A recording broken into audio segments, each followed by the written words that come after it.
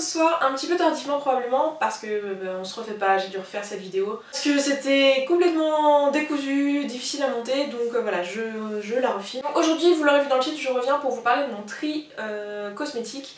Donc j'ai trié tout mon maquillage, à part mes vernis à ongles et mes pinceaux, je ferai ça probablement un peu plus tard. Vous allez peut-être vous poser la question de pourquoi j'ai envie de trier mon maquillage. Vous avez vu une intro, vous voyez la quantité que j'ai, je pense que ça peut suffire comme explication on va dire. Je vais quand même vous énumérer ça. J'ai 51 rouges à lèvres, 11 fonds de teint bébé crème, 12 correcteurs anti-cerne, 17 palettes pour les yeux, 102 fards ou pigments individuels, 23 blushs et bronzers, 7 poudres, 10 mascaras, 6 produits à sourcils, 8 fards à paupières, 34 eyeliners, 5 crayons à lèvres, tout ça réparti sur 54 marques et je compte pas les vernis.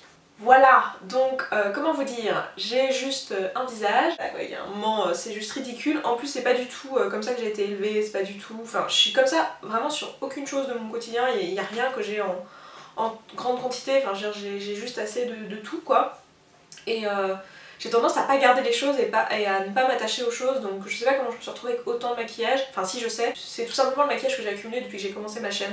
Voilà, c'est pas parce que les marques nous les ont envoyés, hein, parce que la plupart de ces produits ne proviennent pas de marques, mais c'est parce que j'avais envie de tester tout simplement et d'avoir du contenu pour ma chaîne, sachant qu'au départ je parlais surtout de beauté, même si j'ai toujours parlé un peu de tout, mais j'avais bien plus d'une vidéo sur deux qui était de la beauté.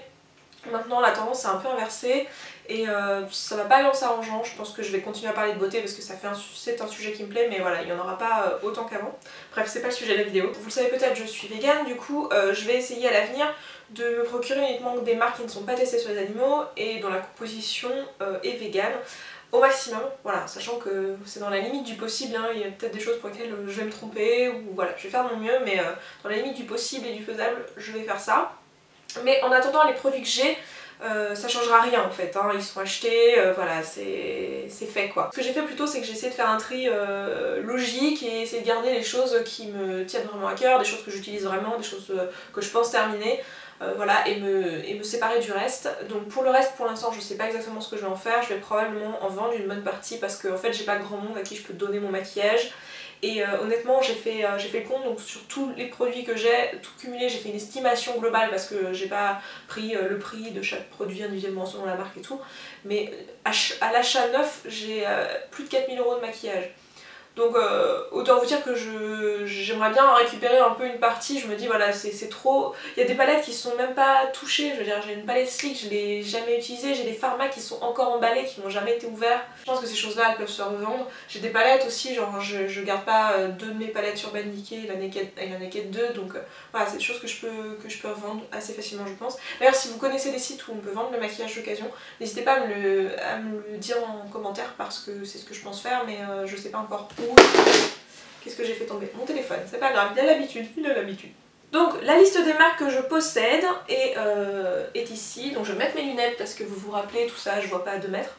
Non, mon ordinateur n'est pas à 2 mètres, mais bon, voilà, hein. Bref, Anastasia, Avril, Boho, Bourjois, Benecos, Benefit, Chanel, Clarins, Clinique, Collection, Covergirl, Couleur Caramel, Dior, Elle, Eliphas, Etude House, ELF, Estée Lauder, Firinae, Gauche, H&M, Olika Olika, Inglot, Innisfree, Kiko, Lancôme, Laura Mercier, Lavera, Lorac, Lord & Berry, L'Oréal, MAC, Makeup Forever, Makeup Geek, Maybelline, Milani, Misha, Nars, Neve Cosmetics, NYX, Revlon, Rimmel, Sephora, Sigma, Sleek, Skin Food, Stila, Tarte, Tony Moly, Too Faced, Urban Decay, Yves Rocher, Yves Saint Laurent et Wet n Wild. Donc voilà, ça fait plus de 50 marques, hein. Oui, donc oui, dans ce tri du coup je voulais en profiter en fait, enfin à la base je m'étais dit que j'allais garder essentiellement des produits cruelty free ou quoi, enfin j'allais essayer de voir si je peux pas garder essentiellement des produits cruelty free, et en fait je me rendais pas compte de combien j'avais de produits et de ce que j'avais de cruelty free et ce qui n'était pas, donc c'est pour ça que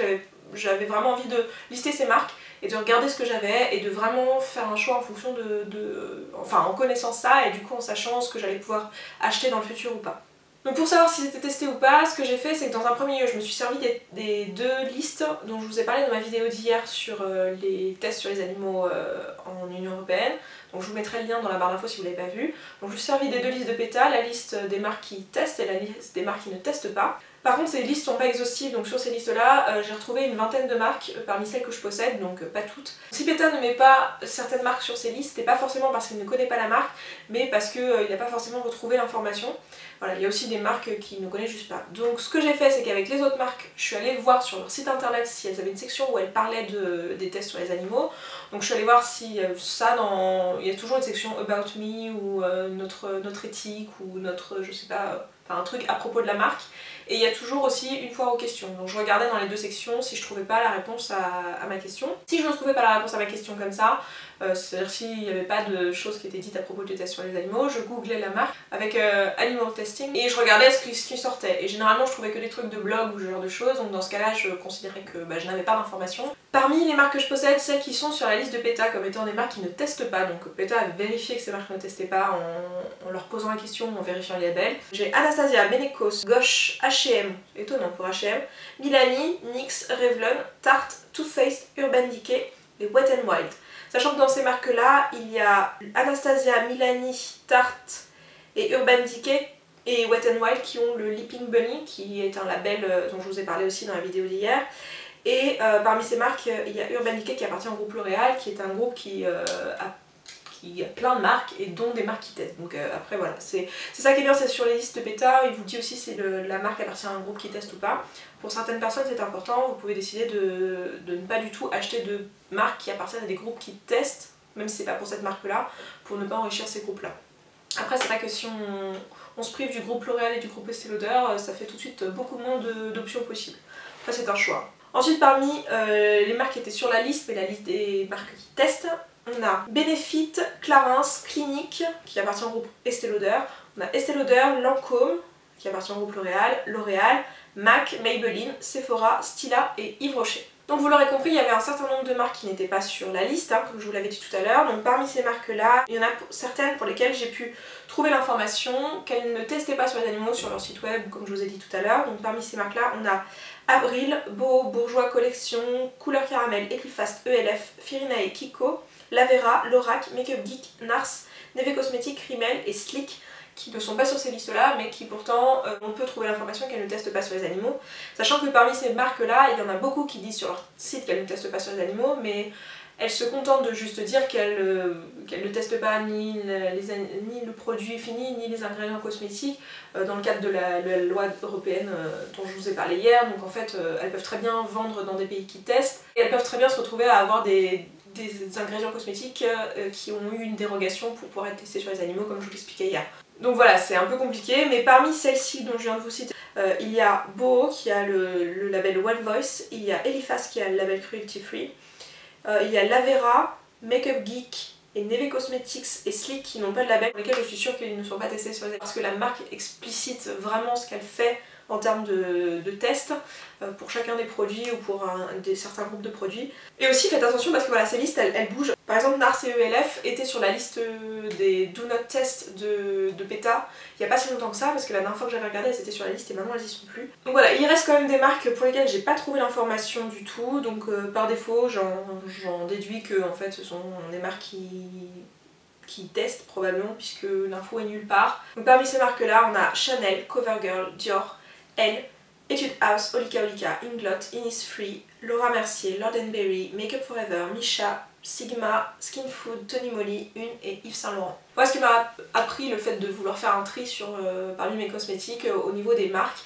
Après, bien sûr, s'il y a des choses qui sont erronées dans ce que je viens de dire, n'hésitez pas à me le dire en commentaire avec des sources sûres. Et s'il y a des choses qui évoluent aussi avec le temps, n'hésitez pas à en faire part aussi en commentaire si vous voyez cette vidéo bien après sa publication. Donc pour en revenir à ce que moi réellement j'ai fait, je me suis séparée d'une grosse partie de mon maquillage. J'ai décidé de garder deux gros trucs comme ça parce que en fait j'avais mon maquillage qui rentrait dans une tour, vous savez la tour Ikea que tout le monde a parce qu'elle est vachement pratique pour ranger ça. En fait j'avais 5 tiroirs de maquillage normal et 5 tiroirs de maquillage artistique et j'ai réduit les 5 tiroirs à un seul tiroir. Donc voilà, je voulais que ça rentre dans deux trucs comme ça parce que c'est pile la bonne largeur de l'un côté de l'autre pour le tiroir. Et il y a encore la place pour mettre des palettes devant, donc voilà. Donc je me suis pas mal restreinte. Je vais pas vous faire un tour de tout ce que j'ai gardé parce que ça reste quand même beaucoup de maquillage, mais j'ai gardé voilà, des choses. En fait je me suis beaucoup basée sur la vidéo qu'avait faite Hélène de mon blog de filles à ce propos-là, et où elle expliquait voilà, qu'elle s'était posé la question, est-ce que c'est des produits pour lesquels j'en ai quelque chose à faire en fait, est-ce que voilà, ils me tiennent à cœur. Et du coup je me suis posé cette question là pour chacun de mes produits, et par exemple j'ai gardé des choses comme ça qui sont de chez MAC mais qui sont des pigments que je trouve magnifiques, que j'avais envie de garder. J'ai gardé cette poudre, voilà, que je sais que je terminerai. En fait je me suis aussi posé la question, est-ce que je les aime beaucoup et j'ai pas envie de m'en séparer, et est-ce que je les terminerai. Et voilà, donc il y a des choses, par exemple ça, clairement j'y tiens pas plus que ça, j'ai d'autres poudres qui sont très bien aussi, mais celle-ci je suis sûre de la terminer, donc je vais la garder, je vais la finir, surtout qu'elle est pas revendable parce que je l'ai bien entamée. Voilà, j'ai gardé pas mal de choses, j'ai gardé bon, bien sûr des choses Anastasia pour mes sourcils, donc je pense que d'ailleurs je resterai avec cette marque là à l'avenir puisqu'elle ne teste pas et qu'elle a un label. J'ai gardé ce mascara de chez Beau que j'adore, j'ai gardé mon blush préféré de chez Tarte qui se trouve être une marque aussi que je ne teste pas, j'ai gardé des choses de chez ELF, j'ai gardé certains rouges à lèvres MAC que j'aime beaucoup, donc j'ai gardé mon Tahiti, j'ai gardé mon Ruby Woo, c'est des rouges à lèvres voilà, que je vais terminer. J'ai gardé mon Diva aussi et voilà, je les finirai, je les rachèterai juste pas, donc je vais faire attention de ne pas les finir trop vite. Au niveau des palettes, j'ai gardé seulement celles qui me tenaient vraiment à cœur, donc par exemple j'ai gardé celle de chez Kiko. Au niveau Urban Decay, j'en ai gardé que 3 qui sont très différentes, donc j'ai gardé la Basics, j'ai gardé la Naked 3, sachant que j'avais la 1, 2, 3, et j'ai gardé l'électrique, sachant que voilà, les autres je les ai pas encore vendues, hein, mais je vais les vendre. Au niveau des palettes MAC, j'ai fait en sorte d'en avoir plus qu'une seule. Pareil au niveau des fards Makeup Geek. Sachant qu'elle est même pas remplie, et au niveau des palettes Neve Cosmetics j'en ai gardé qu'une seule qui est une palette de fards colorés qu'on trouve pas partout, donc c'est pour ça que je l'ai gardée et je l'aime beaucoup. Donc voilà, ça fait partie des choses dont je voulais vraiment pas me séparer. Yips, je sais de rien casser. Voilà, parfait. Et ce sont des palettes solides, c'est aussi pour ça que je les garde. Voilà pour cette vidéo, j'espère qu'elle vous sera utile et qu'elle vous sera un peu inspirante pour vous faire du tri si vous avez trop de choses. Voilà, n'hésitez pas à me poser des questions si vous en avez parce que je sais pas quoi vous dire de plus. Je vous mettrai tous les liens en barre d'infos de ce dont je vous ai parlé dans la vidéo pour que vous puissiez y aller vous-même. Voilà, je m'arrête là et je vous dis à demain pour une prochaine vidéo et d'ici là, prenez soin de vous. Ciao. Je reviens aujourd'hui pour vous parler des tests sur les animaux. Donc j'avais envie un peu d'éclaircir la loi parce que je ne sais pas vous mais pour moi ça n'a pas toujours été très clair parce qu'il continue à y avoir des marques qui sont cruelty free alors qu'on sait et on a beaucoup entendu que depuis le 11 mars 2013 il est interdit de tester les produits cosmétiques sur les animaux. C'est pas ça être vegan, c'est la conséquence de ce que c'est qu'être vegan. Être vegan c'est juste faire le choix de causer le moins de mal possible dans sa vie. Donc sur tous les aspects et pas qu'aux animaux, aux humains, à la planète et à soi-même. Donc effectivement la première